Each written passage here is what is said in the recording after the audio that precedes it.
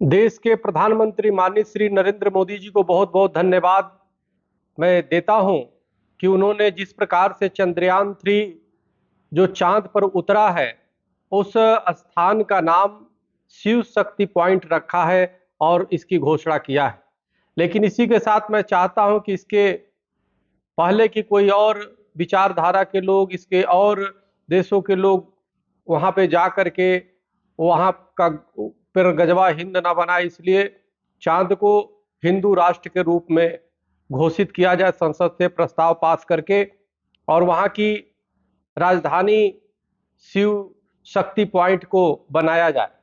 क्योंकि इसके पहले कि कोई दूसरा जा कर के वहाँ पे जिहाद करे, वहाँ पे जा कर के वो इस्लामिक और अनेक विचारधारा को, कट्टरपंथी को फैलाए, आतंकवाद को फैलाए। इसके पहले चाँद को एक हिंदू राष्ट्र के, हिंदू सनातन राष्ट्र के रूप में घोषित किया जाए और उसकी राजधानी शिव शक्ति पॉइंट ही हो। क्योंकि चाँद भगवान शिव के मस्तक पे विराजमान होता है और इसी तरह से हिंदू सनातनियों का चंदा मामा से पुराना संबंध है।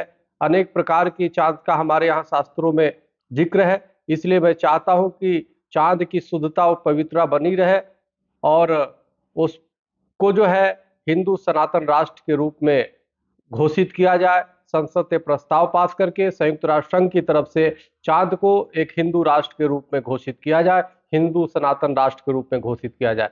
बहुत बहुत धन्यवाद। हरिओम, राम राम। देश के प्रधानमंत्री माननीय श्री नरेंद्र मोदी जी को बहुत बहुत धन्यवाद मैं देता हूं कि उन्होंने जिस प्रकार से चंद्रयान-3 जो चांद पर उतरा है, उस स्थान का नाम शिव शक्ति पॉइंट रखा है और इसकी घोषणा किया है।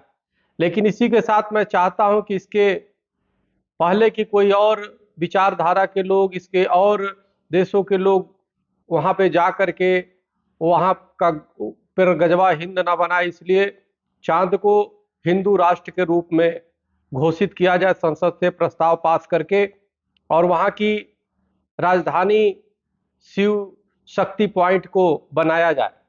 क्योंकि इसके पहले कि कोई दूसरा जा कर के वहाँ पे जिहाद करे, वहाँ पे जा कर के वो इस्लामिक और अनेक विचारधारा को, कट्टरपंथी को फैलाए, आतंकवाद को फैलाए। इसके पहले चाँद को एक हिंदू राष्ट्र के, हिंदू सनातन राष्ट्र के रूप में घोषित किया जाए और उसकी राजधानी शिव शक्ति पॉइंट ही हो।